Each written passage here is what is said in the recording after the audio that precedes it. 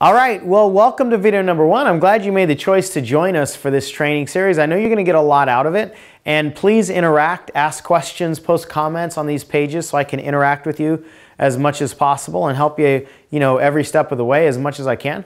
And, I got to be open and honest with you from the beginning. Some of this stuff you will have already heard before. And a lot of times we just need to be reminded of things that we already knew, but just kind of brings us back to basics. But at the same time, I know there are nuggets for you in this video and in every video in this series. So pay attention. I would suggest you watch each video 2 or 3 times because it usually takes a couple times, for us to get everything that there is to get in a certain video for each of us. And just put your seatbelts on and let's get started. So this first video is the most common issue that I heard during the survey that we sent out, which is just basically like how to stay motivated and how to overcome some of these fears that we have. And so the first question I have for you is, what's your purpose? Now, I know in Mary Kay and in direct sales in general and in personal development in general, we use the word purpose a lot. And we talk about, you have to know what your why is, and if your why isn't big enough, then, or if your why is big enough, the how doesn't matter, and if your why doesn't make you cry, then it's not big enough, and so forth. But here's my experience. Most people intellectually know that they're supposed to have a purpose, and a lot of people can, say what that purpose is, but for most people, it's not deep enough. Right? It's not something that truly inspires you to take action. It's not something that's really much bigger than you. And the bottom line is it's not something that drives you into action. If it was, it would be driving you into action. When you get really tapped into your purpose, virtually all of your fears and all your obstacles are just going to go away because your purpose is so much bigger than those obstacles and fears are. So my first piece of advice to you is, if you are getting stuck, if you're sabotaging yourself and you're just not on fire like you want to be, then the first place we got to start is your purpose. Now, I'm going to be offering a series here just specifically for beauty consultants. It's going to go all the way through the seminar year. And one of the very first things we're going to do is dive deep into what your purpose really is. And I promise you, you'll tap into something much deeper than you've ever tapped into before, even if you've been in the business for a long, long time. And this takes, 45 minutes to an hour, sometimes as long as an hour and a half, to really drive down and tap into that internal resource that you have that's going to inspire you into action. So my experience is this is incredibly important. And when you get clear on what your purpose is, a lot of these other things just sort of take care of themselves. The second question I have for you is, are you staying plugged in? Now, we as human beings are just being bombarded all the time from all different directions with all this negative programming. Most of us have negative head talk going on. We have limiting beliefs. We have all these fears. And so it's really crucial that we stay plugged in to positive programming to offset all the negative stuff that we're getting, right? And a lot of you have heard me preach this. I think you should have a mentor. You should have a private coach. You should have a mastermind group. You should have an accountability partner. And you should be going to all of your live events, as many as you possibly can, to stay plugged into that live energy, to keep networking with people who want more out of life and keep borrowing some of their belief and some of their energy and just some of their courage and wisdom and all the stuff that's available for you. I find that a lot of people just toe dip a little bit in this idea of staying plugged in. You shouldn't stay plugged in to constantly get more knowledge. That's not really what it's about. It's about just cementing all of that positive programming as much as you can, because it doesn't last very long. One of my favorite quotes, I think it was Zig Ziglar, said something to the effect of, motivation is like bathing. We recommend it daily, right? It's not something that you just are going to scrub off one day and then it's going to last for weeks. But a lot of people treat personal development that way. And you've got to understand that with all these negative messages that are coming to us from all different angles, we've got to constantly stay plugged in to that positive programming. Number 3, are you overcomplicating stuff? And the answer for 99% of us is yes. Life is simple, and this business is simple. This business is 48 years old, and the things that work now are pretty much the same things that worked back in the 60s when Mary Kay Ash started this game, right? So, and it doesn't mean that there's not new technology and new ways of doing things, and certainly the business has evolved with new culture and new eras and stuff like that, but the foundational principles are still the foundational principles. And what I found is that a lot of people, once they get to a place of frustration and they start struggling, they search for that magic bullet. They're looking for the magic word that they can say, or the phrase that they can say, or how can I get the results of doing the work without actually doing the work? And if that's your goal in this business, you should quit. And I don't have any problem telling you that. If that's your goal in life, is how to become successful without doing the work, you should quit. The only secret to success is called hard work. You've got to do it. Now, it doesn't have to feel hard and frustrating and struggling, but you've got to put in the effort. And so when you are looking for those shortcuts, you're really complicating stuff. What works in this business is simple. It's about picking up the phone and making those phone calls. It's about inviting people. It's about getting the product on their faces. And when you simplify it and just keep it to something that's more digestible in terms of your action plan and what you're really out to do and your purpose and so forth, it's so much easier to follow through. It's so much easier to stay motivated. It's so much easier to go around your fears and so forth. When you're plugged into complications, you're really plugging into that space in your head where all of your fears live. But when you're plugged into the simplicity of life in general, this business and helping people, you're not plugging into a lot of your fears. So keep it simple. The fourth question I want you to ask yourself is, do you believe in Mary Kay? First of all, do you believe in the products? And I think most of you would say yes to that. Do you believe in the opportunity? A lot of you understand that Mary Kay works. The question is, can it work for you, right? And if you don't have a belief in the products and the opportunity, it's going to be really hard for you to be attractive and magnetic to other people. And if that is not 100%, then that's one of the first places we got to look to. Because you've got to show up with certainty in your body. You can't show up with this wishy-washy belief system, because people are not going to be attracted to that. People are not attracted to weak belief. People are attracted to strong belief. So we got to take a look at that. The next thing we got to know is, are you bought in, and do you believe in this industry in general of direct sales? This is a sticking point for a lot of people, where they join the business, but either they don't buy into the business or their family doesn't buy into the business. Like the whole industry of direct sales in general, they call it the pyramid scheme or the Amway thing or whatever. And if you don't have a belief in the industry as a whole, in being able to build a business from your house and being able to sell these products and making a good living and feeling accomplished with that living, then again, that's going to be a huge sticking point that's going to show up in your language. And then finally, this is the big one. Do you have belief in yourself? Now, this isn't just a simple thing to get over. You can't just say, oh, well, believe in yourself. It's not like a faucet that you can just turn on. And you can't just turn off all the negative head talk. So for most of us, this is a much longer, much deeper conversation. We got to figure out why that belief is not there in the first place. And we're going to do a lot of that in the course. And I'll make a bunch of resources available to you, because this is more of a one-on-one conversation. If I'm just honest with you, this is not a quick fix. This is not a cookie cutter one-size-fits-all approach. If you're looking for the one-size-fits-all way to believe in yourself, you'll never find it, because each of us are individuals. You have a unique set of fears, a unique set of circumstances, unique set of programming, unique set of experiences. You are unique. You're not a cookie. So don't go after a cookie cutter approach. But if you don't have that belief in yourself that you can be successful, that you can help other people, then this is going to be really tough, because you're in a people business where the way that you achieve and the way that you climb up the ladder is by helping people, and believing in yourself is a big piece of that. So again, we'll drill deeper on that in our course especially. Number 5 is, are you 100% committed? And I don't mean committed from a logical standpoint, because I know all of you would say, absolutely, I'm going after my goals 100%. But here's the truth of the matter.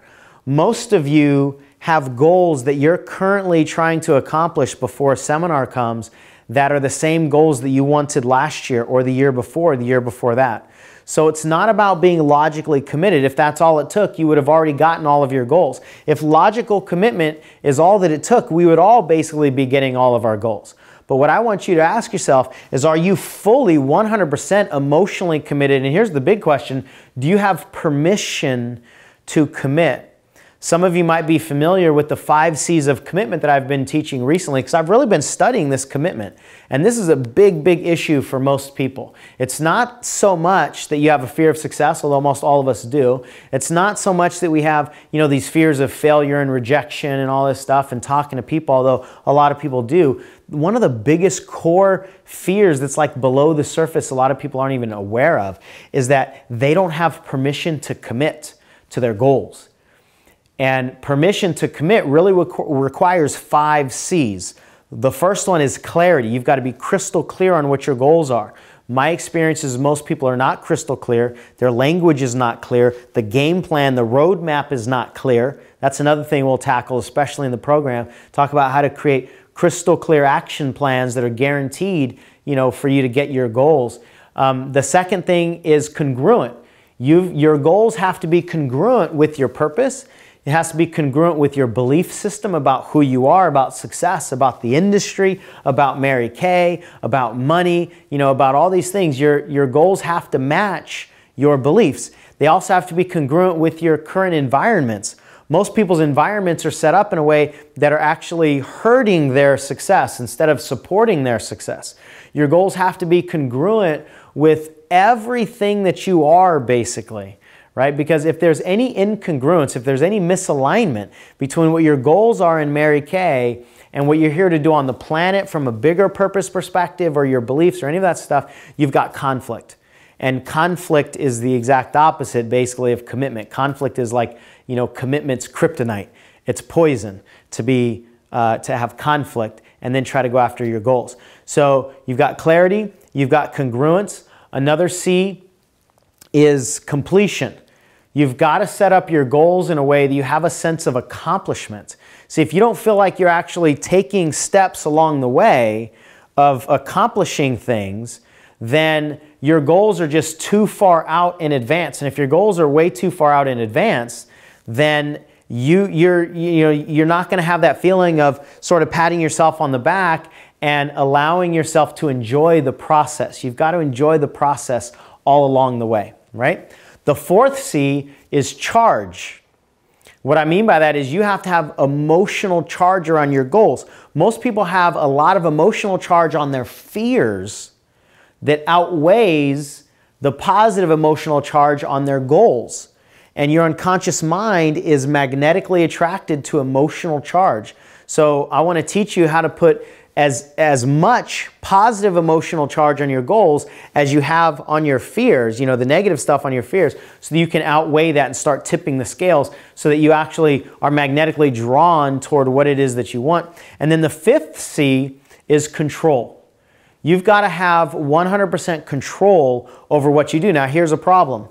You're in a direct sales industry where almost everything you do, everything you get judged by, and all your money comes from things that you don't 100% control on your own, right? You can make phone calls, but some people might not answer. You can get into a conversation, but some people might not book. You can book, but some people might not show up. You can give the presentation, but some people might not buy, right? You can recruit somebody and they might not get inventory, or they might quit later on. There's a lot of stuff that's out of your control inherently in this industry, and so it's really important that you focus on the things that you can control.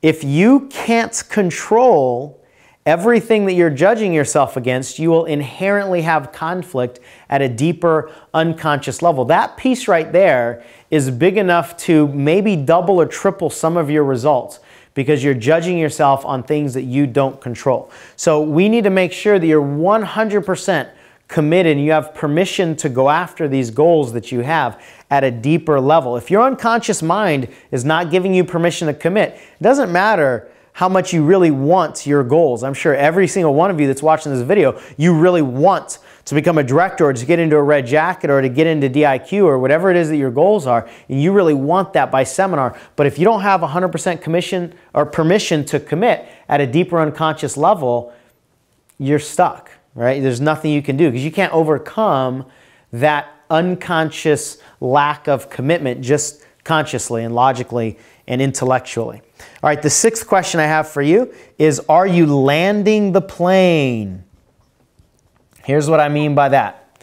Most people in direct sales in general, but what I see a lot in Mary Kay, is that people are landing the plane, meaning they're starting and then they're stopping and starting and stopping. To use the airplane analogy, most of the fuel and most of the danger actually is involved in taking off and landing. When the plane's up in the air just coasting, that's the easy part. That's when the pilots could be up in the front of the plane like asleep when it's on autopilot, because the plane is still up in the air. So using that analogy, every single day I want you to do something, even if it's just a couple minutes a day. I don't want you to land your plane. You know, if you have a goal to work 2 hours on your business and life gets in the way and somebody has, you know, you got to go pick up your son from school or just whatever happens, you can't get to those 2 hours. Most people don't do anything if they can't do their 2 hours or 1 hour or whatever it is they set out to do. And that's a huge mistake, because if you don't do anything, you're not staying in motion and you're landing the plane. So even if you set out to spend 5 hours on your business and stuff gets in the way, I at least want you to work, 5 minutes, make 5 calls, make 1 call. Just do something to keep the plane in the air. Because when you land it and then you have to take off again, that's where a lot of the trouble happens. So this is all about, like staying consistent, right? One of the concepts that I teach, I learned from Jack Canfield, is a concept called MTO goals. You have a minimum goal, you have a target goal, and you have an outrageous goal. So let's say your goal is to get healthier and you want to exercise more. Maybe your outrageous goal is to do an hour of exercise every day. But maybe your target goal, kind of the middle of the road goal, is 30 minutes. You could live with 30 minutes, and maybe your minimum goal is 5 minutes. So if one of those things happens and you can't get to your target, or you can't get to that outrageous goal, at least you can walk around the block for 5 minutes, right? And that keeps the plane in the air, and it keeps that momentum going and stays in motion, and you keep coasting, right? All right, the last thing we're going to talk about on this video are, I'm going to give you 3 fear-challenging questions. And these really handle a lot of the surface level fears that stick a lot of us. Some of us do have deep, deep fears of abandonment or connection or, who knows what. And I'm certainly not going to be able to help you clear up some of those fears, especially if they're deeply rooted inside of you. With just one little video like this, especially kind of a one-size-fits-all. So there are some of those fears that are deeply rooted and entrenched that we've got to clean out and clear out with, private coaching or some sort of guided visualization on CD or something like that, that goes beyond the scope of what we can do here in this video. But a lot of your fears can go away if you just ask these 3 questions. And the first question is, how likely? So if you have a fear that comes up, let's say you're scared of talking to somebody. I want you to challenge that fear. And what actually is the fear? For most people, it's something like, what if she says no? Okay, great. Let's say that that's the fear, that somebody might say no to you. I want you to ask yourself the question, how likely is it that she's going to say no to you?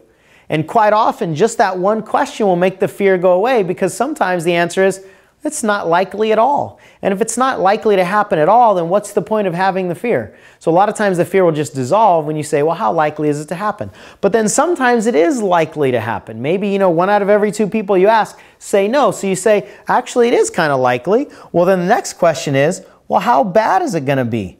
So even if it happens, how bad is it really going to be? So she says no to you, then what? Like, what's going to happen? Are you going to melt? Is she going to stomp on your toe and grab the intercom in the middle of the store and yell over the intercom how weak of a recruiter you are and how bad and how much of a loser you are? Of course, none of that stuff's going to happen. So I want you to challenge that fear. How bad is it going to be anyway? I want you to adopt the energy of like a 13-year-old, right? Like, seriously, come on. How bad is it going to be even if it does happen? So most of the time, if you ask those 2 questions, the fear will subside, because it's not likely to happen. And even if it does, it's not going to be that bad anyway. So what's the point in holding on to the fear? Now, sometimes you get yeses to those questions. Basically, it is likely to happen. And if it happens, it'll be really bad. So the next question, the last question is, well, how long then? How long is it actually going to be? Let me tell you a quick story to illustrate this. Several years ago, some of you know this story, our business just absolutely tanked after we did really, really well the first 1.5 years. And then when our business tanked, we started to get into all kinds of financial problems. You know, we stopped being able to pay our bills and so forth. Everybody's calling credit card companies and so forth. And we had a deep, deep fear of losing our house. And we were scared to file bankruptcy. We were scared. We were frozen, basically, because we'd never been in this situation. We were losing tons of money every month, and we didn't know what to do. We were frozen with fear. And so we were talking to a lady one time who'd been in a similar situation, and she basically told us, you know, so what? What happens even if you lose your house? And it totally lifted our fear, right? So my wife and I, we said, yeah, you know what? What does happen? Because a lot of times we stop at the question, what if? We don't answer the question. So our main question that we were scared of was, what if we lose our house? So we actually answered the question. And we said, what if we lose our house? Then what? And so then I started thinking, well, if we lose our house, then I don't have to mow the yard anymore, right?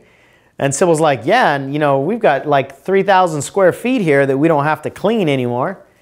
We're like, yeah, and we don't have homeowners fees to pay. We don't have a $3,000 mortgage to pay. And we just rattled off, you know, for about 10 minutes. And finally we were like, would somebody please come take this house, you know? And the bottom line was it dissolved all of the fear around the painful question, what if somebody takes the house? Now what that did is by allowing that fear to go away, it allowed us to get in motion and to do the things that were going to dig us out of that ditch. When you're stuck in that place of fear, there's not much that you can do. But when you challenge these fears and you dissolve some of that energy, then you can actually take the actions that are necessary for you to get out of the situation that you're scared of being in. So challenge those fears all the time. And if you take these concepts here and you really implement them in your life, then I promise you, you're going to loosen up, especially some of those surface level fears that aren't really deeply rooted. You're going to loosen up a lot of those, and armed with what your true calling in life is, you're going to, you know, be able to move through a lot of those obstacles that are really just kind of like closet monsters, you know? A closet monster is really scary until you challenge it and open the door and turn the light on, you realize it's not there. And that's how most of our fears are. When we challenge them, they don't have much to stand on. And so when you challenge your fears this way and you do some of these things that are going to keep you in motion, what will happen is if there are some deeper fears, they will make themselves known. But at least we can clear away this stuff on the surface and have more clarity on what it is that we're actually dealing with if there's something to deal with. But what some of you might realize is when you do some of this and start challenging your fears, there won't be anything left to deal with because you have nothing but closet monsters, right? So hopefully this has been valuable for you. Again, if you have any questions, please ask on this page. Or if you have any comments, please ask on this page. And I'll be bringing video number 2 to you really soon, where we'll be talking about some of the most, not complicated, but some of the most common recruiting and booking challenges and problems that you guys have been asking about. I'll give you some solutions to that in video number 2. So until then, enjoy the journey. I'll talk to you soon.